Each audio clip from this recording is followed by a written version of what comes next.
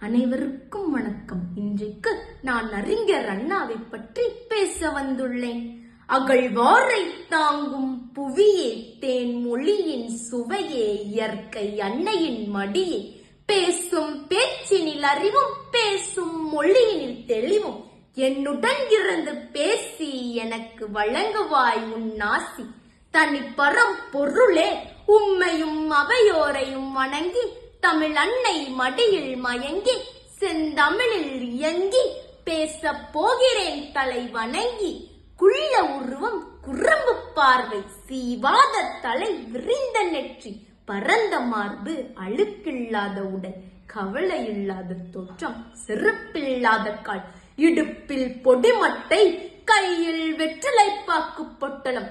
இந்த தோற்றத்தோடு காட்சியளிக்கும் ஒரே ஒருவர், ஆங்கில புலமையில் அமெரிக்கர்களை அலறவிட்ட ஒரு தமிழர். அவர் யார் தெரியுமா? அவர்தான் பேரறிஞர் அண்ணா. செயற்கரிய செய்வார் பெரியார் எனும் வள்ளுவரின் வாய்மொழிக்கு ஏற்ப செயற்கரிய செயல்கள் பல புரிந்து மண்ணை விட்டு மறைந்தாலும் மக்கள் மனதை விட்டு மறையாது வாழும் ஒரு அறிஞர்.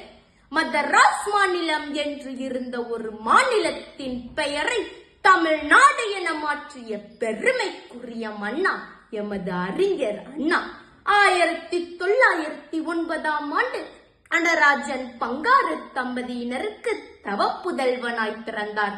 காஞ்சி பச்சையப்பன் உயர்நிலை பள்ளியில் பயின்ற பின் சென்னை பச்சையப்பன் கல்லூரியில் பயின்று எம்ஏ பட்டம் பெற்றார். 1938 முதல் 1949 வரை இந்திய எதிர்ப்பு போர் நடந்தது.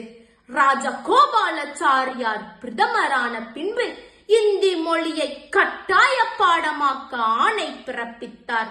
இதனை எதிர்த்த அண்ணாவும் இளைஞர்களும் பொதுமக்களும் கோபாலாச்சாரியார் வீட்டின் முன் உண்ணாவிரதம் இருந்தனர். அண்ணாவின் தலைமையில் அறம் போர் துவங்கியது. இந்த கடும் போராட்டத்தால் விரும்பியவர்கள் மட்டும் இந்தி படித்தால் போதும், இந்தி கட்டாயம் அல்ல என்று தீர்மானம் நிறைவேற்றப்பட்டது.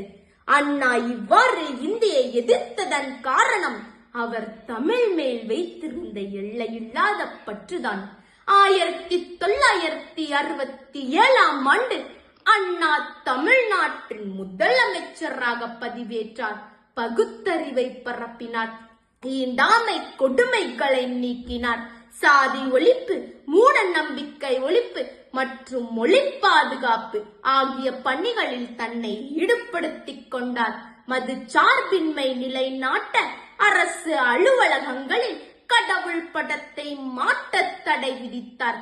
தமிழ்நாடு, தமிழ் இலக்கியம், தமிழினம், தமிழர், தமிழர் பண்பாடு ஆகியவற்றின் மறுமலர்ச்சிக்கு முதன்மை பங்காற்றியவர் யார் தெரியுமா? அறிஞர் அண்ணா அவர்கள். அண்ணா முதலமைச்சர் ஆவதற்கு முன்பும் அதற்கு பின்பும் தமிழுக்காற்றிய தொண்டுகள் பல பல. உலக தமிழ் மாநாட்டை நடத்தினார். வளர்ந்து வரும் அற்புத சான்றோர்களுக்கு சிலை வைத்தார். தமிழை காப்பதற்காக தமிழ், ஆங்கிலம் மட்டும் போதுமானது, இந்தி தேவையில்லை என்ற தீர்மானத்தை நிறைவேற்றினார். தமிழுக்கு மிக மிக முக்கியத்துவம் கொடுத்தவர். வளர்ந்து வரும் தமிழ் அறிஞர்களை ஆதரித்தார். ரங்கோன் ராதா, பார்வதி BA முதலிய புதினங்களும், ஓர் இரவு, வேலைக்காரி, சந்திரோதயம் முதலிய நாடகங்களும், குற்றால நீர்வீழ்ச்சி, பெரியாரும் பிறரும் போன்ற கட்டுரைகளையும் எழுதியுள்ளார்.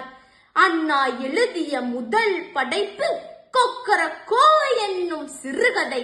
அண்ணாவின் மேடை சொற்பொழிவுகள் மற்றும் சட்டமன்ற சொற்பொழிவுகள் மொத்தம் 1760 என்றும், அண்ணாவின் மேற்பார்வையில் பதிக்கப்பட்ட இலக்கியங்கள் மொத்தம் 1735 என்றும் பி. ரத்தின சபாபதி என்ற எழுத்தாளர் தனது ஆய்வு வரையில் எழுதியுள்ளார். நாட்டிற்காகவே வாழ்ந்து சென்ற அறிஞர் அண்ணாவுக்கு நாம் செய்யும் தொண்டு அவர் கூறிய வழியில் நடப்பதும் அவர் காத்து வளர்த்த தமிழை நாளும் காக்க வேண்டும் என்பதே நாட்டின் திருவுருவம் என உயர்ந்தார் பார் புகழும் அறிஞர் அண்ணா. வாழ்க அண்ணாவின் புகழ், வளர்க அண்ணாவின் அருந்தமிழ் தொண்டு, தலை நிமிர்ந்து நிற்க அண்ணாவின் சிறப்பு. சுட்டாலும் சங்கு வெண்மை தரும், மிதித்தாலும் பூமி தாங்கி நிற்கும், சபித்தாலும் வானம் மழை கொடுக்கும். வெற்றி கிடைத்தால் அடக்கம் எழுந்து நிற்கும், தோல்வி கிடைத்தால் என் பயணம் தொடர்ந்து நிற்கும். முயற்சியும் பயிற்சியும் என் கையில், முடிவு எப்பொழுதும் இறைவன் கையில். முயற்சியும் பயிற்சியும் என் கையில், முடிவு எப்பொழுதும் இறைவன் கையில். பேச்சின் முடிவில் வணங்குவது என் வழக்கம், பேச வாய்ப்பளித்த அனைவருக்கும் நன்றி வணக்கம். வாழ்க அண்ணா, வளர்க அவரது புகழ்.